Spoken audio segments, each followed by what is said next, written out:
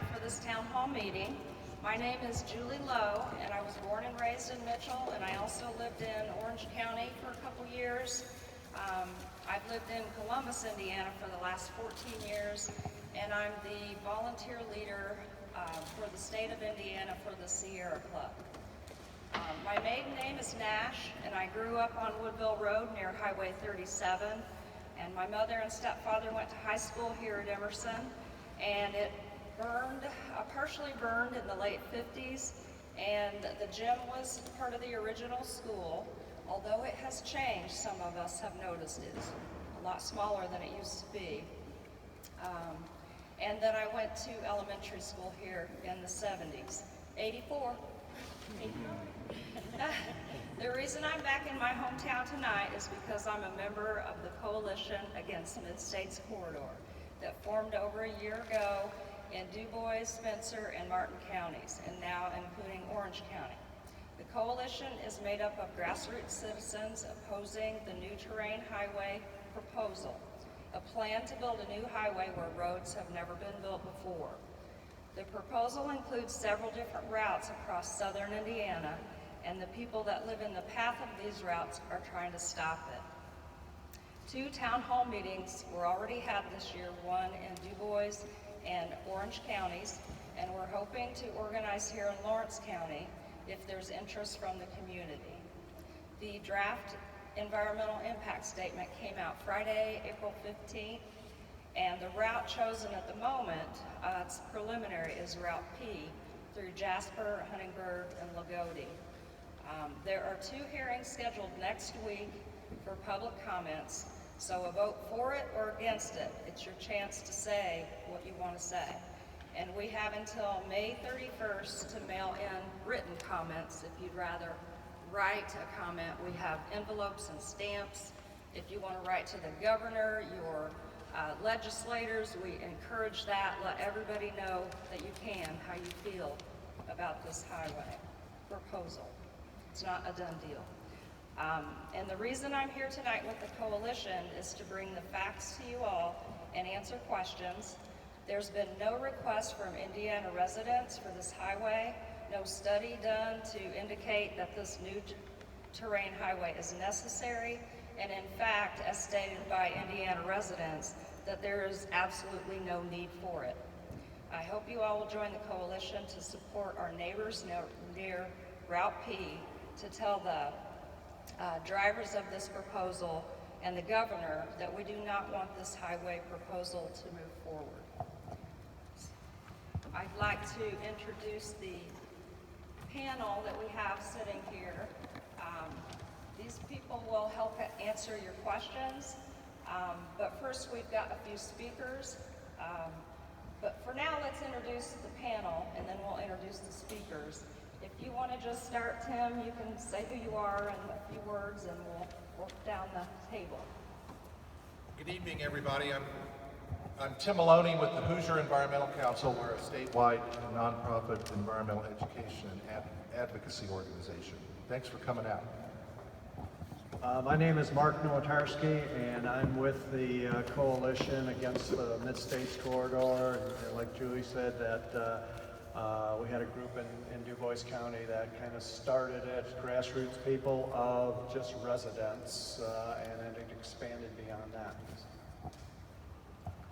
My name is Greg Toothman. I'm a resident in Orange County, just west of Orleans, and just asked to be part of the panel. I've done quite a bit of research on the dangers of Route O, particularly, and followed what's been going on closely. We're just happy to be here.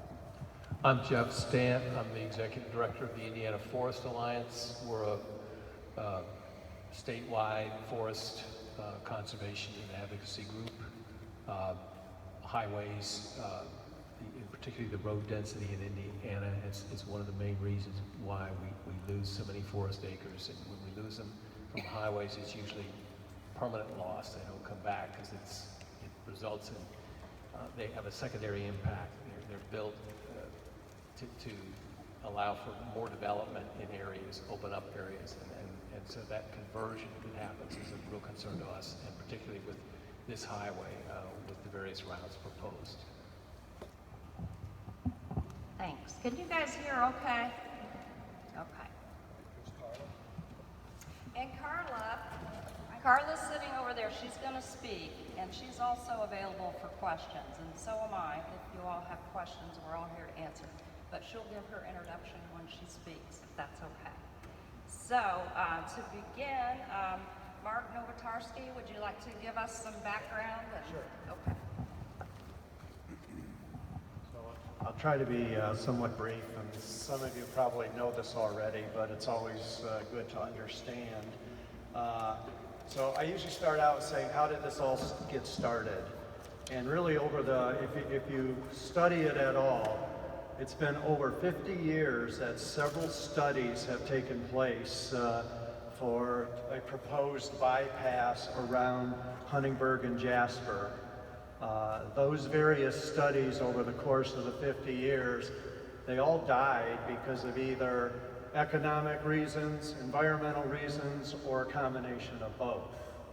The latest, the most recent attempt was when this small group of business leaders in Huntingburg and Jasper, they created what was called the Coalition of I-67. Does anyone remember that coalition?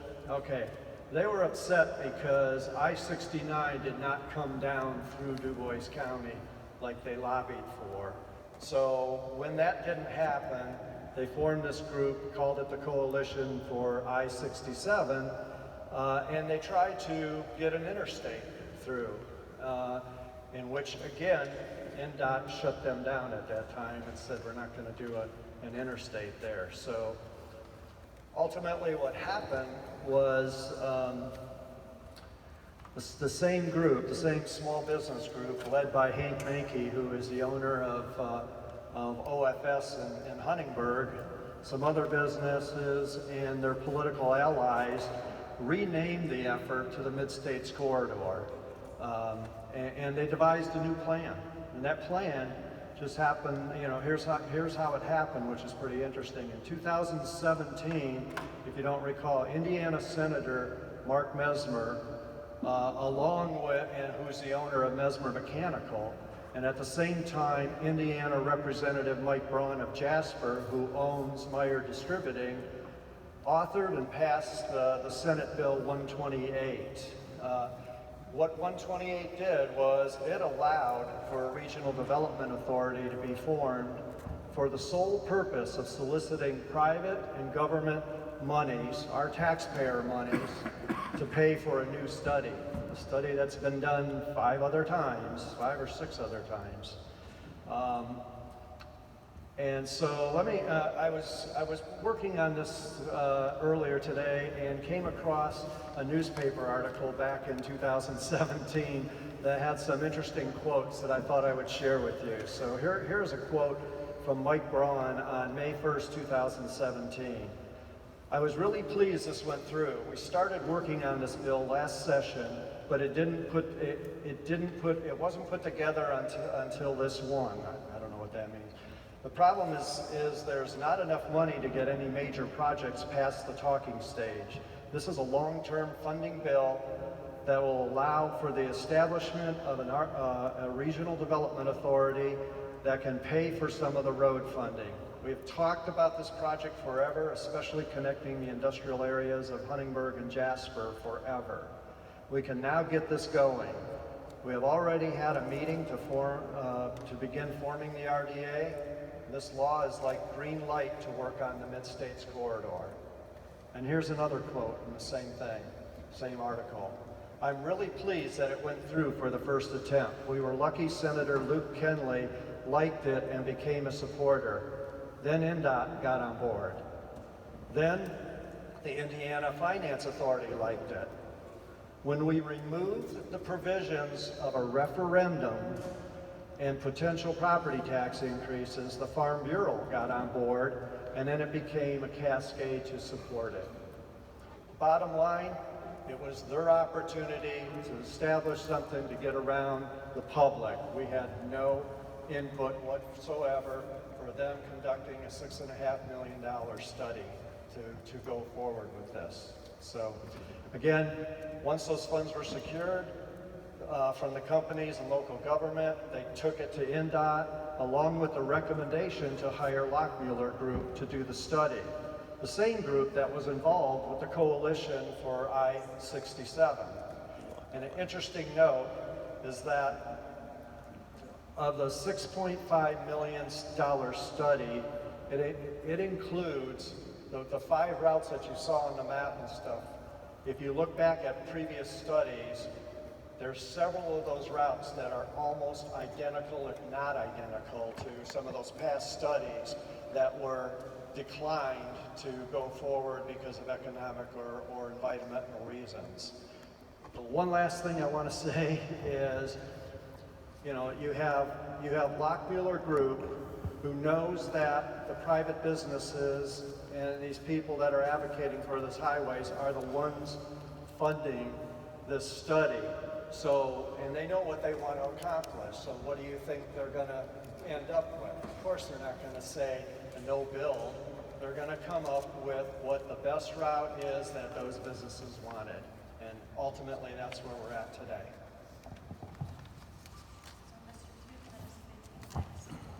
Well, I'm thankful for being here. I think I'm thankful. I was asked to speak. I'm looking out there to see if anybody has any tomatoes. Tyler, do you have anything you're going to throw at me? Save them for the question and answer section, please.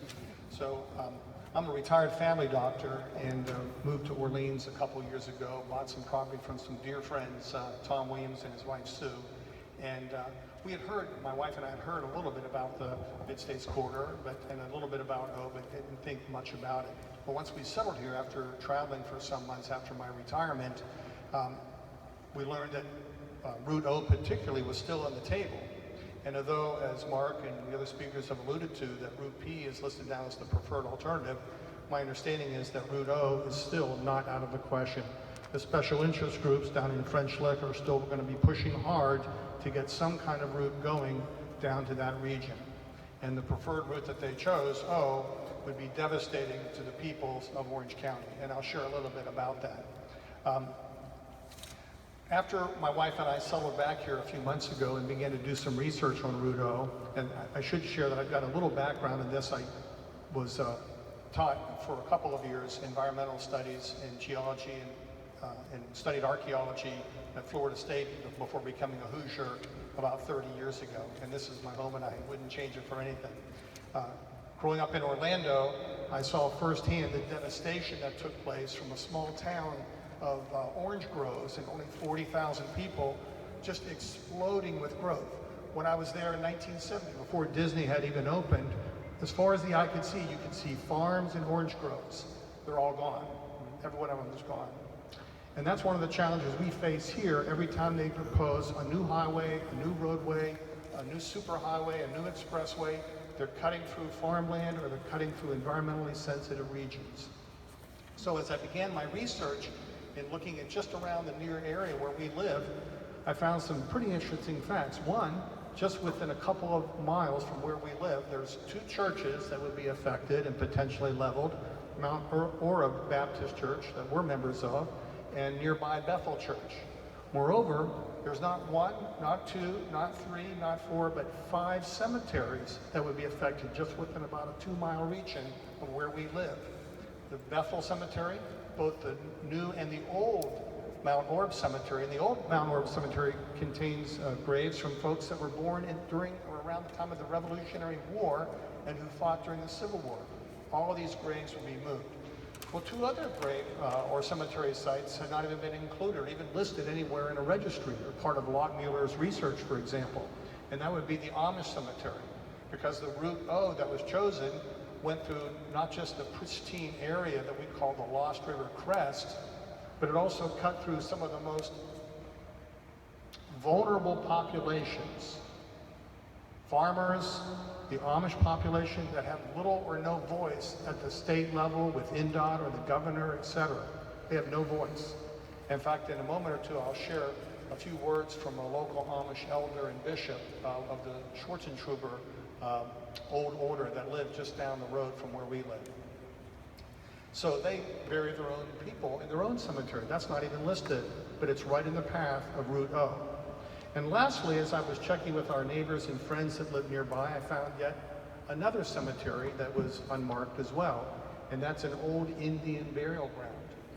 Well, it's unmarked because of rules within the family of archaeology that I remember well from my pre-medical days. We have to redact or hide the exact location of any Indian burial ground because of the risk of looters. But it turns out on this person's property, over a 5-year period of time between 1974 and 1979, the IU, Department of Archaeology and Anthropology, did excavations there during that 5-year period. And they noted innumerable burials there, as well as recovering lots of artifacts. And I've spoken to the state archaeologists, I've spoken with the curator of the Archaeological Museum at IU, and this is nowhere in the state records because it was done kind of pre-time frame when they would have recorded this at a state level. But guess what? It's the 5th cemetery or graveyard right in the path of Route O.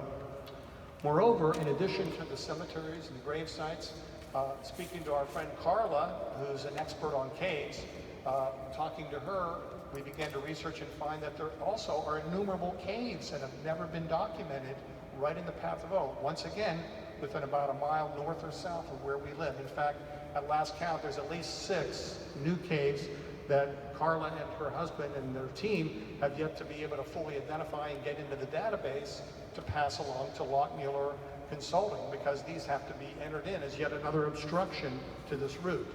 And there's probably umpteen other caves, because I've only talked to a few families, and we have another six or more caves that have never been documented. In fact, there's one we just found about a week ago that's only about 30 yards off my property that I hope to explore in about a week or two. We'll see how that goes. In addition, there's innumerable sinkholes. By some estimates, there's as many as 1,000 sinkholes every 640 acres. From my back window, from our back door, I look out on the lower 2 acres of our property, and there's 3 sinkholes right there. In fact, in building our house, we had to get subsidence insurance. Try building a superhighway over that kind of terrain. In the meadow down below, there's another 12 sinkholes, so there's 15 altogether just within eyesight over that 10 acres that I'm talking about. So in addition, there's the idea of just what goes on with the Lost River. If Route O were eventually to be selected and pushed forward by the special interest groups, the Lost River is known to have a meandering underground path throughout this area called the Lost River Crest. And no matter how they, quote unquote, cut it, if they come through with Route O, they're going to bisect that river. And in so doing, they're going to have to deal with all the pollution and runoff that goes from the trucks and diesels and the accidents, and they're going to go right into that water supply and dump inevitably into the White River. Now, right now, what comes out of the Lost River into the east, or what comes out of the Lost River into the east fork of the White River is pure water, because it's being filtered over dozens, if maybe 100 miles or more, of limestone caverns, the best filtration system imaginable. So you're talking about polluting a very unique waterway. Well, with that said, I came across an article from our own federal government's U.S. Geological Service, and I'd just like to quote that briefly. This was published in the early 90s, and they call it the Mysterious River. The Lost River is one of the most fascinating hydrological systems in Indiana, just as the imaginations of the Indians and the early settlers were captivated by this scenic and mysterious river.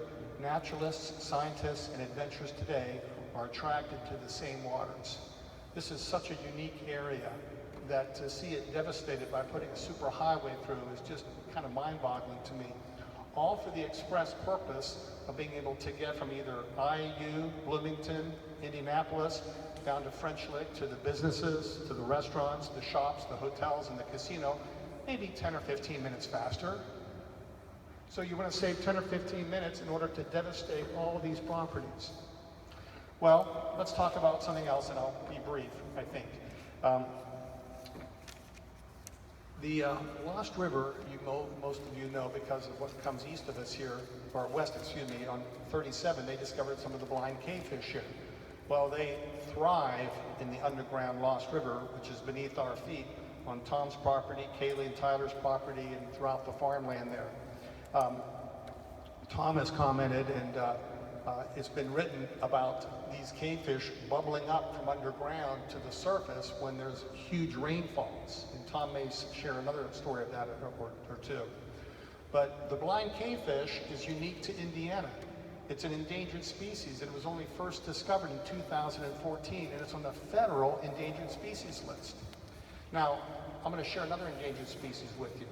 Did you know that in Australia, the koala bear is now on the endangered species list? Now, let's think about this for a second. The koala bear is all warm and fuzzy, and you like to cuddle them. Now, I don't know about the blind cavefish, if you could cuddle that or not. I've never personally had that opportunity, but nonetheless, it's still a species that's unique to Indiana. And if we destroy its habitat, which outside of poaching is the #1 reason for species extinction today, we've lost yet another treasure that's unique to Indiana. But there's yet another treasure, and another loss, and another extinction I'm concerned about. And I want to close with these thoughts. First of all, it has to do with our Amish brethren. I want to read just a little section from Moses Shetler. It goes by Mose. He wrote this letter to the governor, and he made a copy and said I could share some of this tonight with the group here. He writes, "The Honorable Eric Holcomb, Governor of Indiana, on behalf of the Amish community, if it were as simple as raising a hand, we would stand in the negative." And then he goes on to say, as a matter of considerable significance to us who travel at 1/6 the speed of motorized vehicles, this is a 6-fold interest or issue of time to circumvent a new route. If you looked at O, they don't have any underpasses. You know, you have an underpass up near Mitchell where it goes in and down by French Lick.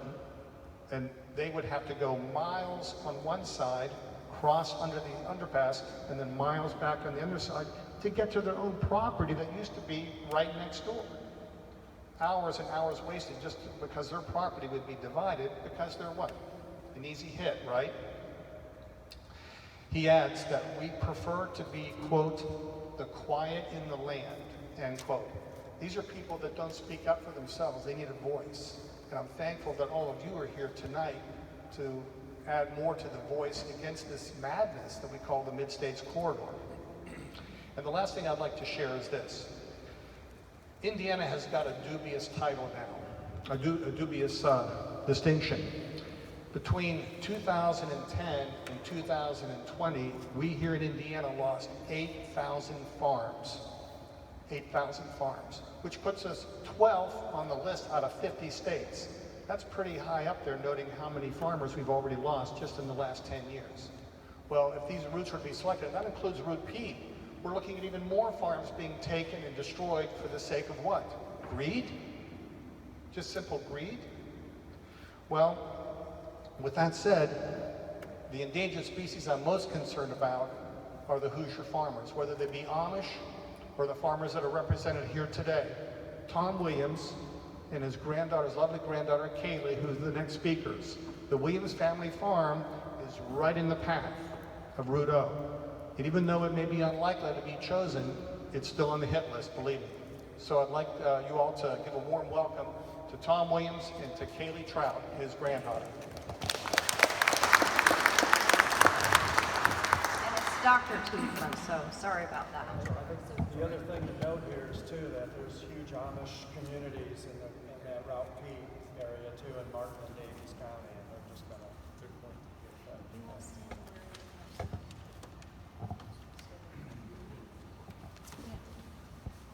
This is my grandfather, Tom Williams, and I am his granddaughter, Kaylee Trout. We own a farm, which if Route O was to come through, it would just completely demolish our farm. And so I'm here to just say a few words on Route O. And of course, now that's looking like Route P. The people in Route P need to stand up and do this as well and speak out. So my family and I are against these 5 routes, but specifically Route O. As of now, we have heard that Route P is the chosen route so far. But if Route O was to come through, it would destroy my family's 4th generation farm. This land has been in my family's name since the 1930s, when my great-grandfather bought it. His son, my papa, Tom Williams, went on to buy it in 1957, where he continued to raise hogs, cattle, and horses. We still raise beef, cattle, and a few horses to this day. And last year, the farm has been handed down to 3 of us grandchildren and our spouses. And it is now an LLC known as WDT Cattle Ranch. And this operation has become our sole livelihood. We live and breathe it as all farmers do. It's their life, and what's America without farmers? We want to make it the best we can so that we can pass it down to our children and their future children. If Route O was to come through, it would completely demolish everything my family and I have worked for and continue to work for. My children and my future grandchildren would be left with nothing. And that's what's sad, because that's what we're working for. That's why we do it. So with that being said, I'm going to read a little poem that was written by Paul Harvey in 1978, and I'm sure many of you have heard it. So God made a farmer. I don't know, I might cry again if I can do this. And on the 8th day, God looked down on his planned paradise and said, I need a caretaker. So he made a farmer. God said, I need somebody willing to get up before dawn, milk cows, work all day in the fields, milk cows again, eat supper, and then go to town to stay past midnight at a meeting at the school board. So God made a farmer. I need somebody with arms strong enough to wrestle a calf and yet gentle enough to deliver his own grandchild. Somebody to call hogs, tame cantankerous machinery, come home hungry, have to wait lunch until his wife's done feeding and visiting ladies, and tell the ladies to be sure and come back real soon, and she means it. So God made a farmer. God said, I need somebody willing to sit up all night with a newborn colt and watch it die, then dry his eyes and say, maybe next year. I need somebody who can shape an axe handle from a persimmon sprout, shoe a horse with a hunk of a car tire, who can make harness out of hay wire, feed sacks and shoe scraps, and who planting time and harvest season will finish his 40-hour week by Tuesday.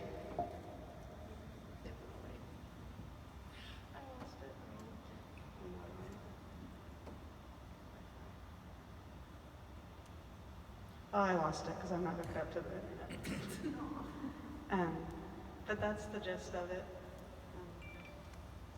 We have to fight for this for farmers, and Route P will take out lots of farmers and lots of land. So, would you like that? You pretty well covered it.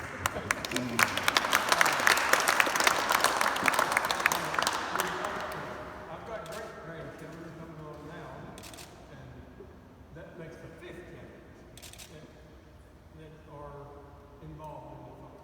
We can't hear you. The microphone turned off.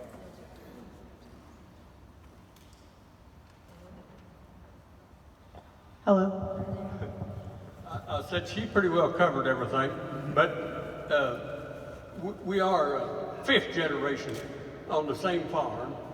I've been there 85 years. I've got great grandkids, one that's 14, 15, that's involved in it. And this Road O would split the farm diagonally from the southwest to the northeast, go all the way through. And then we'd have land on both sides, maybe, that we couldn't do anything with. Part of it, maybe we could sell it to the neighbor on that side. But you know, it's going to impact not only me, but everybody in the way of it. And even if they have decided or do decide not to build it here, they're going to build it to the west of us. And it's going to impact farmers, business. It's going to be the same story. So I'm not in favor of any of it. Thank you.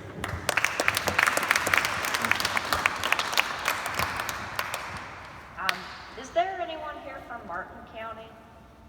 Okay, would you like to say a few words, or, because we have a spot in the agenda for someone from Martin County, that'd be great. What's your name? Stephen Craze. My family's also a fifth generation, and I think the craziest thing for me, they're accepting that it's going to happen, and they're just saying, what's our best dollar we can get? Is anyone else from Martin County here? Okay, great, thank God.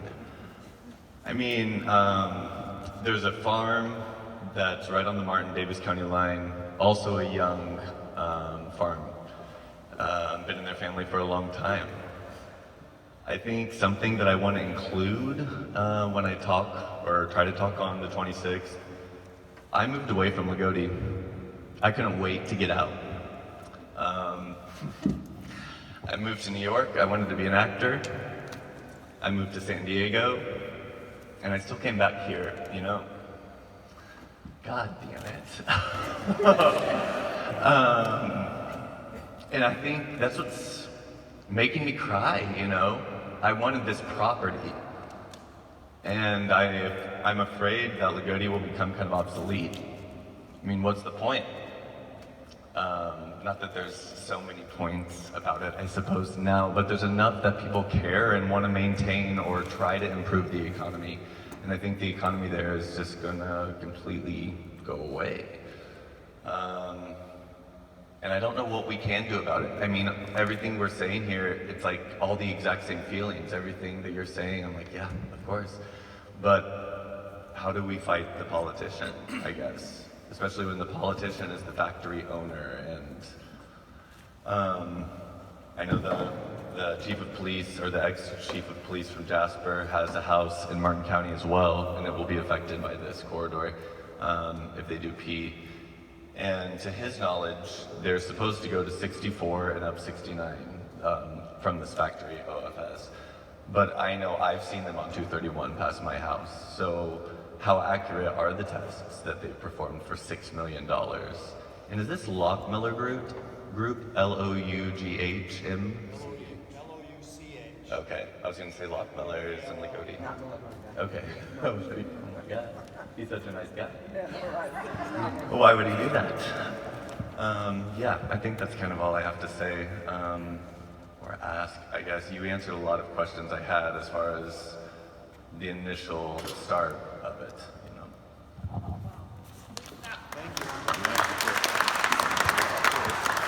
We have one more speaker, Carla, and then we can all ask questions from people here at the table on the panel. All right. Thank you, Julie. So yeah, my name is Carla Striegel-Winter, and I live in Du Bois County. I grew up in Orange County, and I'm still an Orange County landowner. Spent most of my time in Orange, Crawford, and Du Bois counties, you know, my entire life in the rural areas, because that is what I love. I want the quiet country life. I want to be somewhere where my neighbors and I don't lock our doors, or if we do, the neighbor knows where the key is. I don't really want a 4-lane highway going anywhere near me or any of my neighbors in our rural counties. So I do currently live in Du Bois County. That's where my family is from. However, I am also a representative of the Indiana Karst Conservancy. I am on the board of directors, and the Indiana Karst Conservancy is the only land trust in the state of Indiana that focuses on caves and karst and works on protecting them through active conservation. So I became involved with the Mid-States Corridor project when I realized how close Route O went to the Orangeville Rise, which is the state of Indiana's second largest spring, a state nature preserve, and also happens to be owned by the Indiana Karst Conservancy. I'm the volunteer property manager. We are an all-volunteer organization. So that's when I sort of became involved and started thinking about this a lot more and went, oh my gosh, what are they talking about? And I was so disappointed in the Cook family, specifically, because they have been preservation heroes in a lot of ways. And I don't consider running 4-lane highways through rural countryside preservation heroism. So I've been very disappointed with that. So basically, you guys know that this area is full of karst features. So in addition to the Orangeville Rise, we have 3 properties in Lawrence County. The Shawnee Karst Preserve, just outside of, basically across the road from Spring Mill, Buddha Karst Preserve, just north of the Spring Mill area, and Sullivan Cave Preserve, which is over by Springville. So if you are a Lawrence County resident, you may be familiar with those areas. So we do own those, and we work on karst conservation, okay? So you guys know that sinkholes, caves, sinking streams are everywhere in this area. So I got a chance when the draft environmental impact statement came out last Friday, Good Friday. Notice that was on a holiday weekend. I got a chance to start looking over some of the karst impacts. So if you haven't taken a look at that draft environmental impact statement yet, it is broken up into nice little chunks, easy for you to kind of get online and look at. I would recommend anybody doing that. So being a representative of Indiana Karst Conservancy, I went and looked at the karst stuff, right? So very interesting. There's a table in there in the karst impacts, if I can find it. Well, I'm gonna have to set the, I thought I had it right here. Okay. So there's a little table here, and those of you along Route O, now, mind you, if you're not familiar with Route O, there's at least 8 miles of new terrain highway that goes through the Orangeville Rise drainage basin, okay? So, Lockmuller has come up with this karst impacts. There's a nice little table there, and it says that Route O will directly impact, Route O, the entire route, will directly impact 22 to 36 sinkholes. That's all.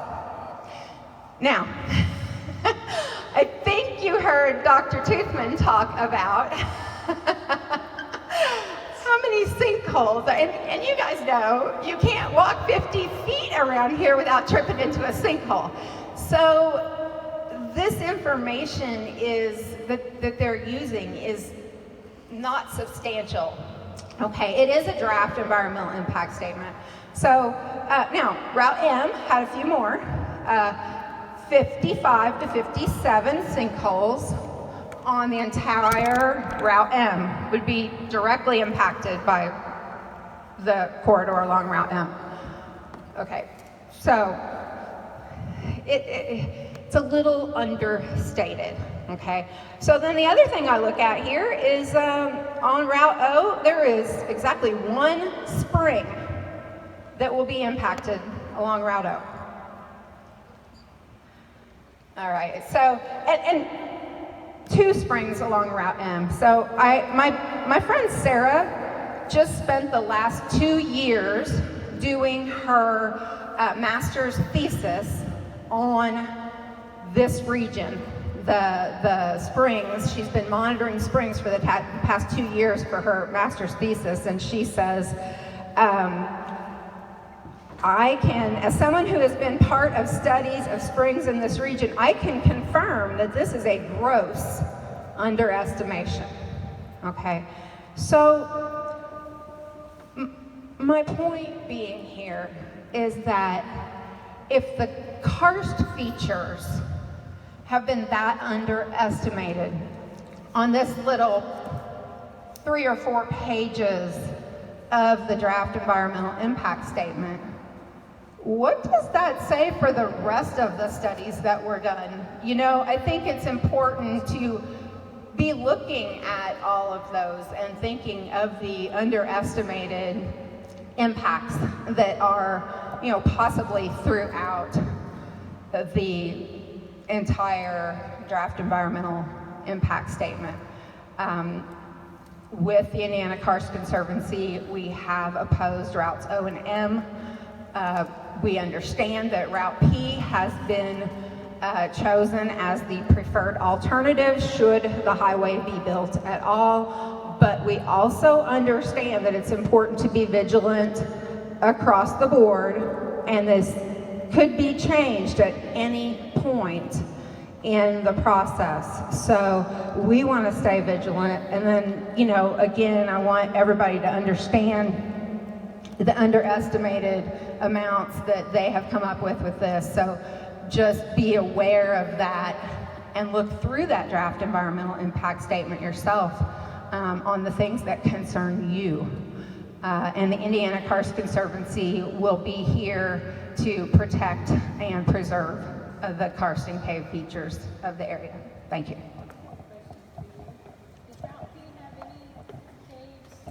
Route P does not have karst along it.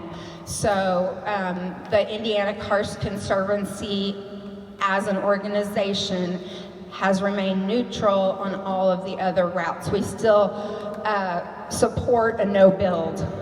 So as the Conservancy itself, I can only say that we oppose the routes that have karst on them, since that's basically what we do. Does not mean there's not a bunch of cavers out there and karst lovers out there that oppose the entire thing. And I'm one of them. But as far as the Conservancy, there are not karst features along P. So. And I can answer questions too once we get into the kind of question and answer. So.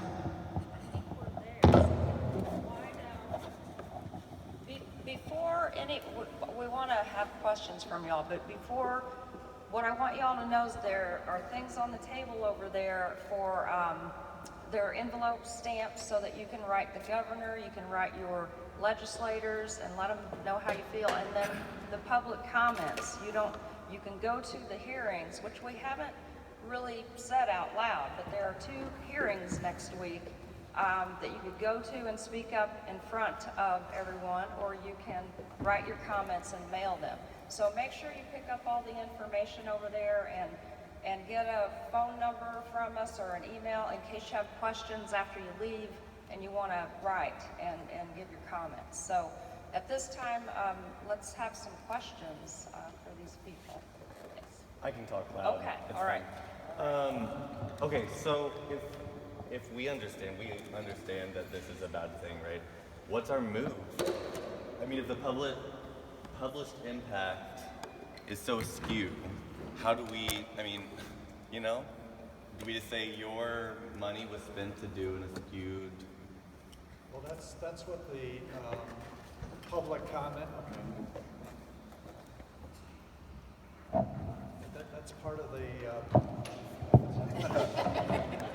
That's part of the public, the reason for the public comment period and the importance of it. And what I'll say about that really is, if they stick to their guns and the way they've structured these public hearings, you go to it at 5:30, and for the first half hour, it's just, they'll have poster boards up, they'll have people there that could talk to you. Then at 6 o'clock, they're gonna do a presentation. That presentation is gonna say why they chose the preferred route and what the next steps are. Okay, it's probably gonna take a half hour for them to do it, because I've sat through other presentations of theirs. That leaves 1 hour for the public to make comments at 2 minutes each. That's 30. And there's only one public hearing in Odin and one public hearing in Jasper. So we encourage people to do that. We want to flood them with comments and ask about the validity. What I've been telling people is, whatever you're personally concerned about, if it's farmland, if it's drive time, if it's the environment, if it's climate change or something, scout through that study, okay, and find some of the data that they put in, so that when you make your public comment, could question the accuracy of it. And then the other thing that I would say is the importance of the written comments. So the written comments, you can, you know, I don't have one with me. I think they're on the table. They supply forms, right? And it's like 1 page long. You don't have to stick to 1 page long. You could do your own and mail it in if you want. I'm encouraging that. I'm encouraging the ones that I write personally will not only go to the Lockmuller Group address, but I'll be sending it to the NDOT Commissioner. I'll be sending it to the Federal Highway Administration Director for the state of Indiana. Because I know this may sound bad. I don't trust that the stuff that we have been flooding them with in terms of our opposition, that really has been looked at by the people that should be looking at it. When I've gone through the DEIS, which I have already, they make only minor notes of 1 or 2 sentences about what the public said, why the public doesn't want this and stuff. It's like, it's very interesting to see that. So that's where we're at now. I mean, we just keep flooding them. I'm personally still trying to get a meeting, a face-to-face meeting with Pete Buttigieg. I missed him in Tell City here recently, but I'm trying to get it. He is the Secretary of Transportation for the United States. He used to be the governor. He was the mayor of South Indiana. Right. You're talking about the former mayor of South Bend. Yes. And what's his role now? Secretary, Department of Transportation. For the U.S. Yes. What does he have? Did somebody say he's one of the advisors on this? So when he passed, How does he have?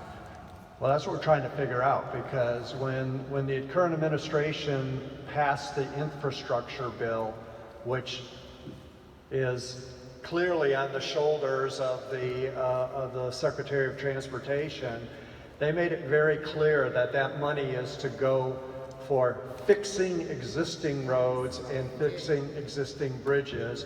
They are opposed to new terrain highways. They've come out and said that publicly, but they're trying to position, they're trying to position this as NDOT, it's a state-funded thing. So I'm just trying to do whatever I can to get around it. I'm going to add one thing that Mark had just shared. The memo that he's referring to was published by Stephanie Pollack. She's the acting administrator of the Federal Highway Administration.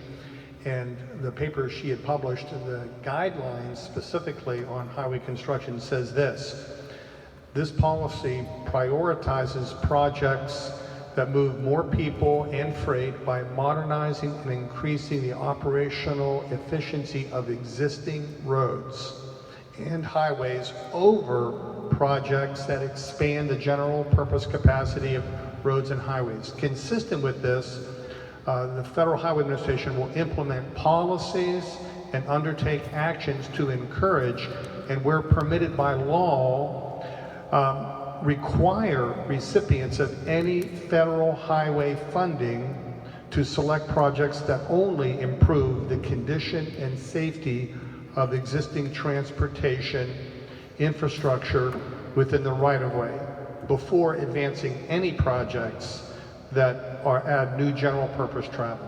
So where's the attorneys that, first of all, are looking at their impact study that they did, that this lady and her friend who just did her dissertation on cars, who knows more than that company that went around and did those impact studies? Where are the lawyers calling them out?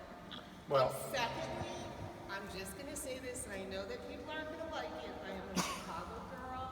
Y'all better think about who you're voting for in the primary. Not to make this political, but if you think that your boy, Tennessee Trey, or Todd Young, or any of those boys are going to try and get rid of this, that's all I'm going to say. And I'll lie on the damn freaking highway out by you. I'll lie down and take myself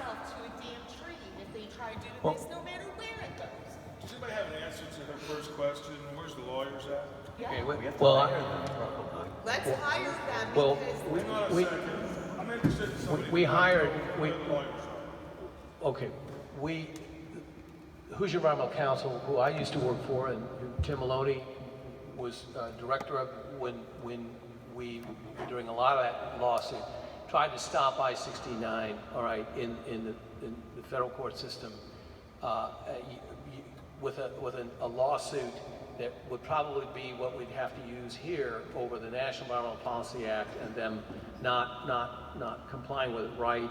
He could comment on it more, but I would argue that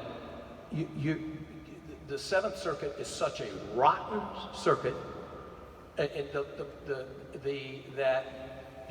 that is to rely on lawyers to save us here is a fundamental, a risky and probably a mistaken strategy. Or you use it as a delaying tactic.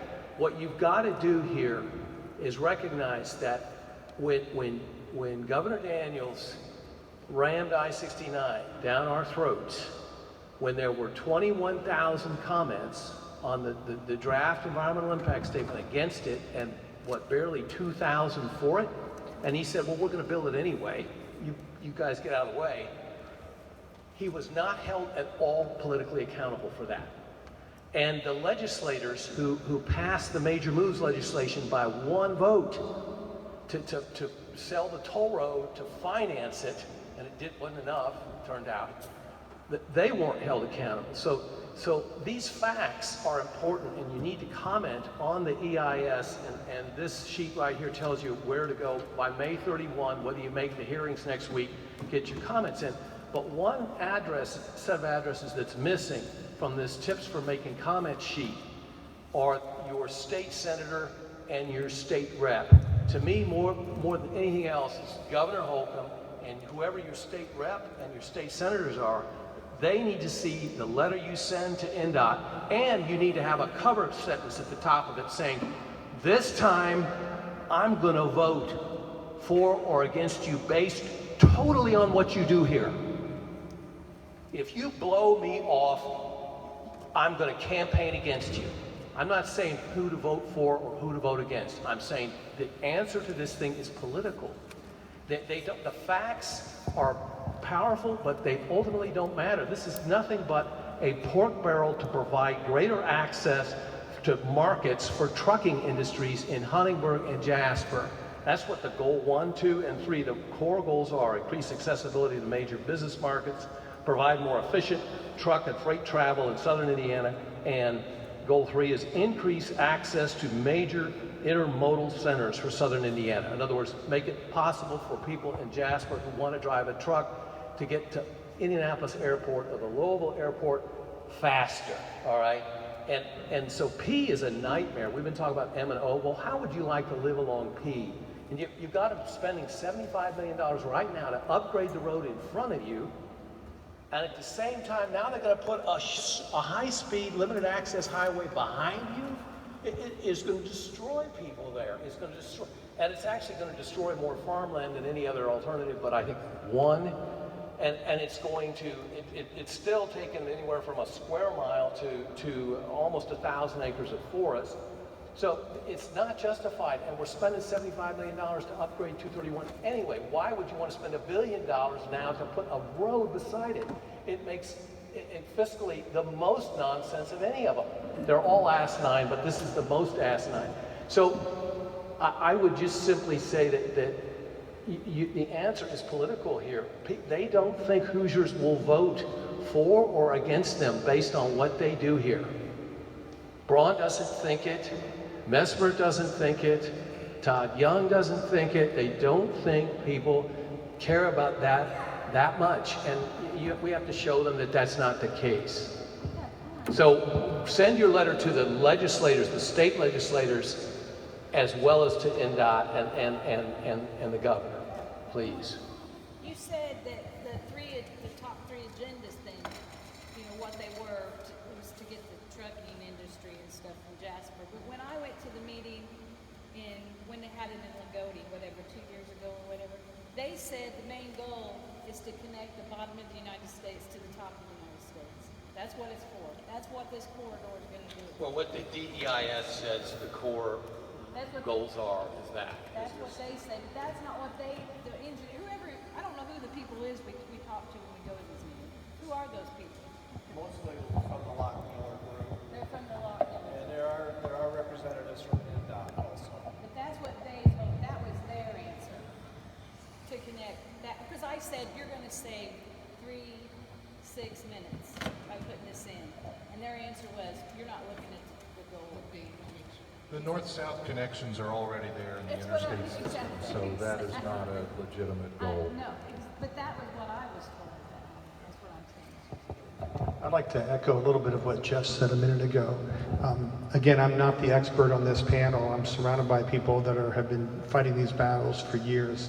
I'm really just a layperson in the environmental field. I just did my own research, right? But the approach that we took in our immediate community was threefold. One was we initiated a letter writing campaign, and our church and our neighbors, we bombarded the governor with letter after letter after letter after letter, just bombarded his office, certified letters that they had to sign for and give a receipt back. Not all of them, but some were sent certified. And I was told in the responses they have to document every naysay. Now, as you shared, that may not amount to a hill of beans looking back to Governor Daniels, but it's one strategy, and it's not a strategy we should ignore. Number two, I'm not familiar with the area of the farmland there in Martin County that is subject to Route P. But what I undertook in our area in Route O was I immediately went on the search to find were there any historic features, prehistoric features, environmental, natural features, unusual geological features, anything that may or may not be documented that would prove a potential obstruction. Talking to the neighbors up and down, and that's how we found these 6 to 12 additional caves. That's how we found all these additional sinkholes, how we discovered that, heck, there's an Indian burial ground no one had made mention of, the additional Amish cemetery, and so forth. So if you can talk to your neighbors and friends that are all along the route, even if they're on the outskirts of the route, try to identify any features that are there, and by doing that, Lockmuller has to document all of that stuff, and they become potential obstructions to that route. I got a personal email from the director of the Lockmuller Consulting, headquartered in Jasper at the Vincennes campus there, Jason DuPont. I guess when I called their office, they're open Monday, Wednesday, Friday, I called on a weekday, one of those days, and just told them, hey, do you know about all these things going on here along Route O? And left them a voicemail and left it with the secretary at their office. 2 weeks later, I get a personal email from the director, from Jason DuPont himself. And I got great feedback from Carla and from a couple of other folks about how to address that. And I sent them an email back telling them these are all the things that are nowhere documented that are right along Route O that they then are required going through Tier 2 to put into their reports that, oh, this is in the way, this is in the way, this, we didn't know that, this is in the way.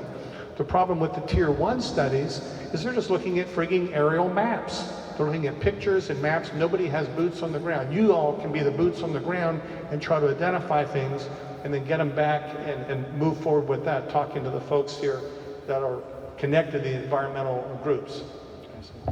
I'd like to answer your question directly on the hiring a lawyer, hiring attorneys. I wish we could. You got to remember, we started this whole thing as a grassroots group of citizens. It would take us hundreds of thousands of dollars, unfortunately, to hire lawyers that would even consider trying to tackle something like this, and we just couldn't do that. The other side of it, I was hoping to find, legal organizations that would offer free help to help us structure on what we need to do, and could not come across any. So that's why we're trying to do as much as we can by ourselves.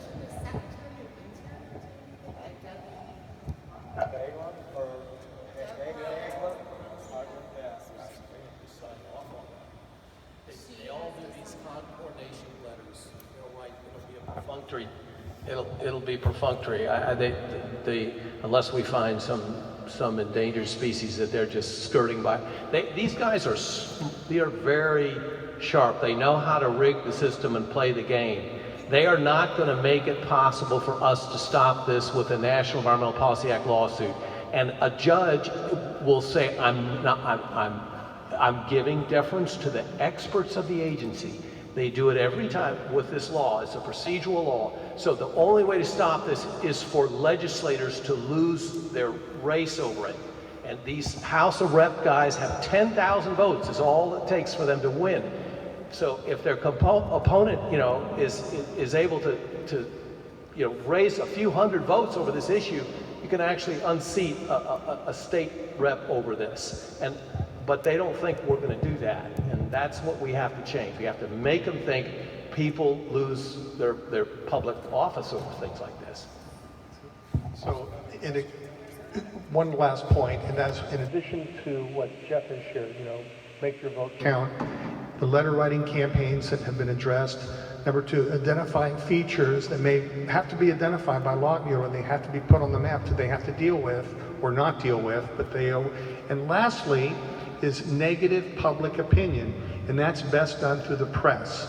The more articles and the more sympathy that exists out there, the more negative press on the political figures behind it creates more negative votes potentially and sways elections. Is there any press here today? I'm just curious. Anybody are you with the press? Who are you here with? Times Mail? Is that Mitchell? Bedford. Who else? I'm with the Lawrence County Zephyr, which is a website, lczephyr.org. All right. Just curious. I'll give credit, sorry about that, but I'd like to give credit to the Bedford Times, because Tyler has done a great job over the course of several months of putting articles in there and interviewing us on our opposition. You had your hand up for a while. I guess my question is, you said this was not a federally funded project, that the federal government was only going to give money to improve existing roads. So who's funding this highway project? Is that the taxpayers? There will be federal money for this project if it's built. You said big money interest guys are from different ones or whatever are after doing this. Well, I think the point here is that the state controls the federal highway money that is spent in Indiana. So the state's still making the decision, even though they're using federal highway dollars.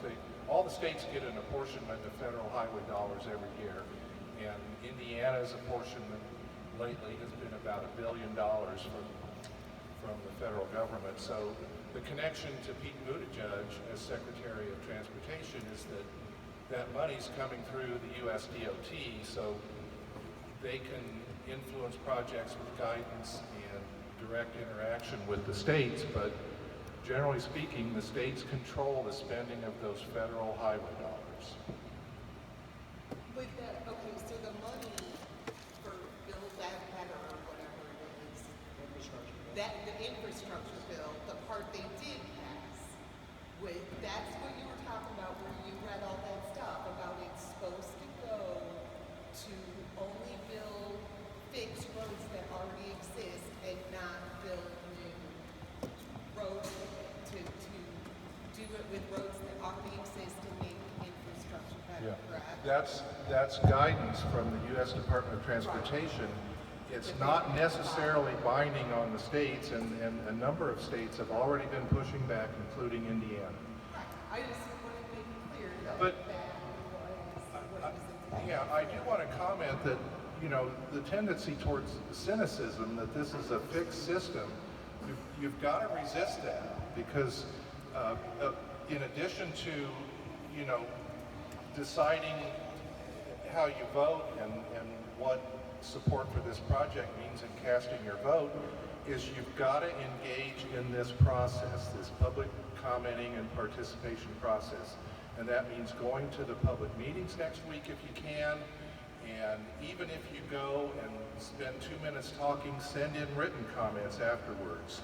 and spread the word with your neighbors in your community, in your networks, and get other people to do the same and keep doing it. And you, as has been said, you can comment in writing, you can comment via email, you can go online and comment, you can send written letters, but engage and get your friends and neighbors and everybody else to engage too. And one other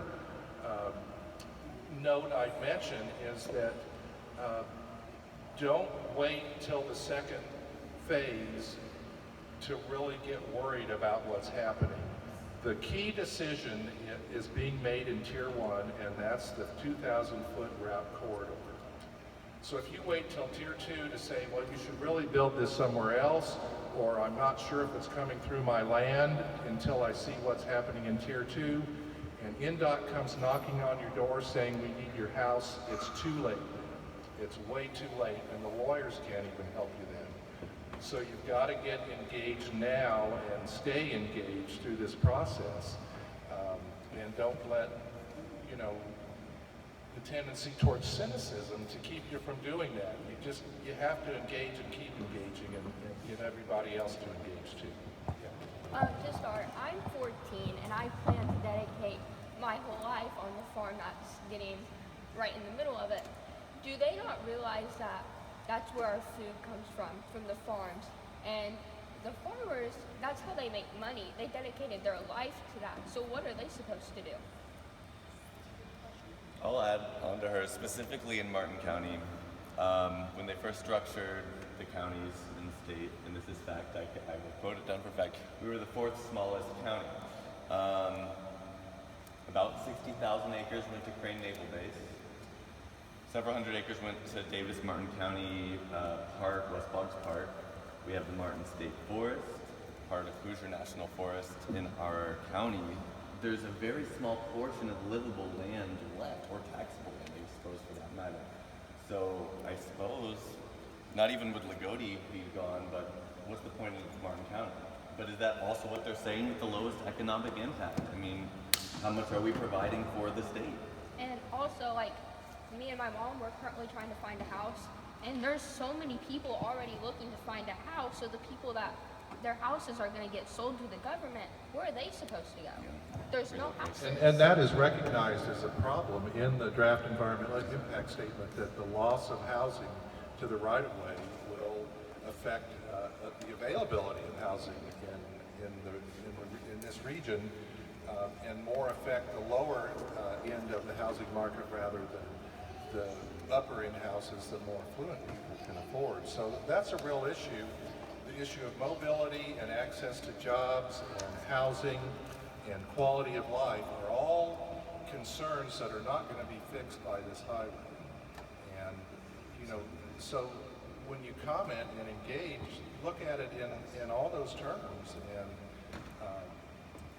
talk about what's important to you and what's important to your community, and what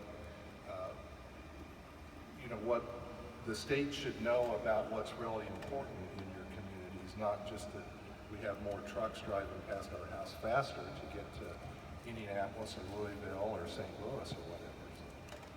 If you all want to pull up the official document that I quoted earlier, it's the Administrator Stephanie Pollock. It was December 16th, 2021, just last December. If you Google Federal Highway Administration Memorandum, December 2021 infrastructure thing, you'll pull up the 5-page memorandum, and she tells in black and white what they approve and not approve through the infrastructure spending. And since some of these routes are upwards of $1 billion, even for monies that are already allocated to each state, they've got to go above and beyond that to approve monies from the feds for any new highways. Well, that's where it gets sticky with the memorandum itself. And by the way, just as an aside, as I'm becoming annoying to you all now, I've tried to be that way to the feds as well. So after I put up that memorandum, I Googled the entire list of all the departments within the Federal Highway Administration and Department of Transportation, and I've been calling them nonstop and just irritating the heck out of them, just talking to anybody I can talk to and just making them aware of what's going on in this state and how their money may be spent and how it's a violation. So whether it percolates through, I don't know, but you got to make your voice heard.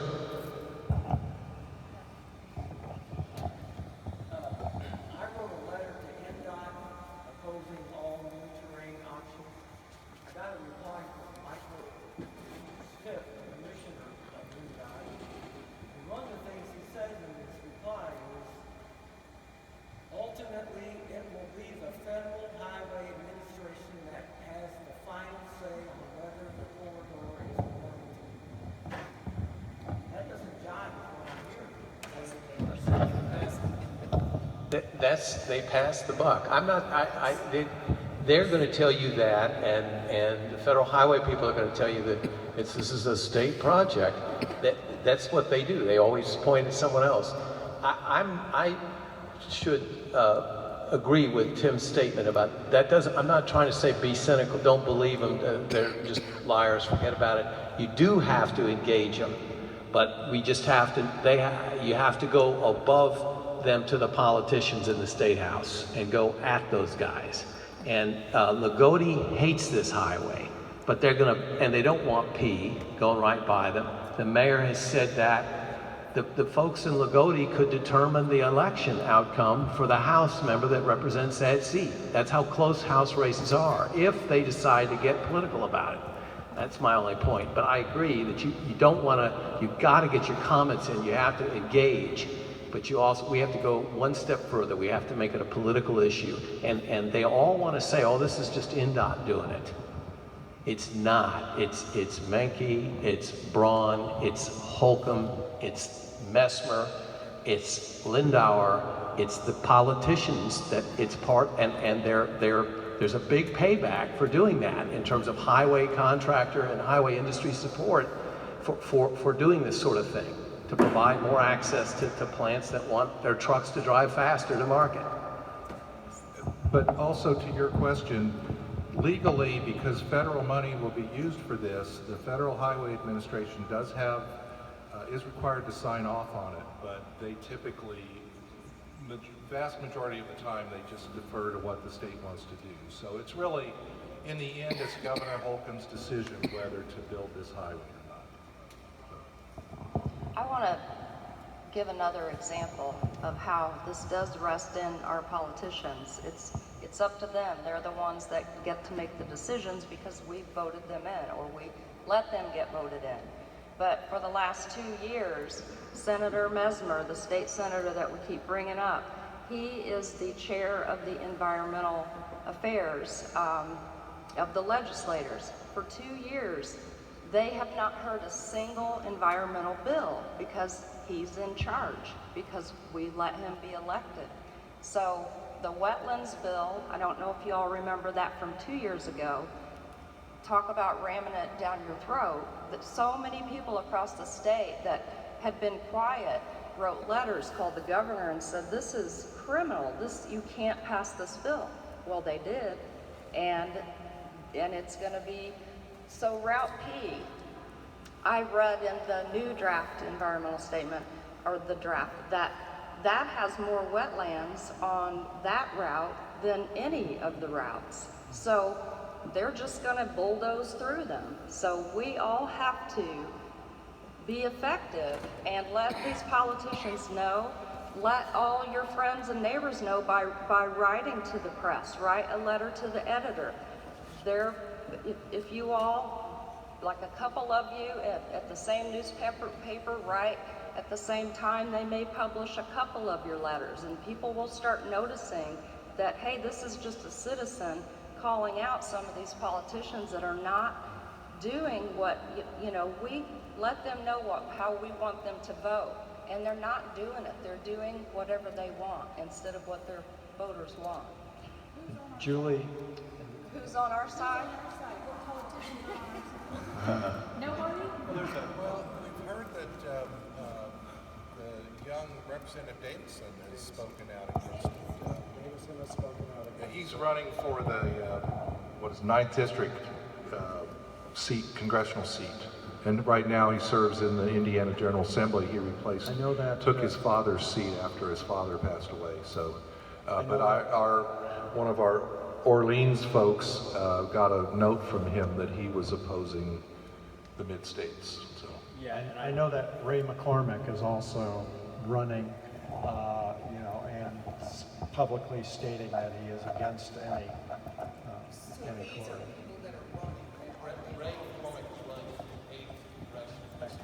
Davison is currently our representative. I called their office to verify after I got a note from him saying he was going to do something about the Mid-States corridor. His legislative aide verified that he is opposed to it and was looking at steps to try and help us. So there's that. And I would say generally don't take anyone for granted, even if you think they're going to be opposed, still flood them with letters, because Davison said that it was because of considerable input from the local community, from his constituents, that he took that position. So all of the letter writing that we were doing saying Orange County residents don't want this made an impact. So don't rule anyone out, but yeah, as Jeff said, hold them accountable if they are not representing you.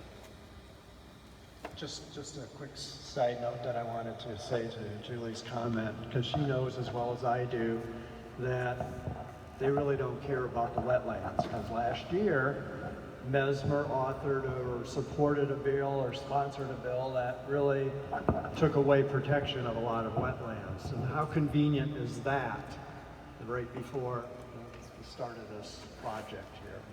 So should county councils be talking about this at the local meetings? Like, I went to it, they don't. I go to every one of the Du Bois County commissioners meetings and council meetings, and you know, they voted back in 2018 or whenever it was to contribute money to the study and stuff. So they basically keep their mouth shut and say, well, we just have to wait to see what the conclusion of the study is. I do know, from the standpoint of Du Bois County, I do know each of the council members who were for it, and some of them have now changed their position, but they're not going to have at the county level. The only thing they could do is if the RDA comes back to them for more money for the next phase of study, they may decline giving them any more money for it. Don't know. So getting money together for a private company to do that study is the way that's why they formed the RDA. That's exactly the purpose of it. And yeah, we also yeah. right. They voted on it. Yeah, exactly.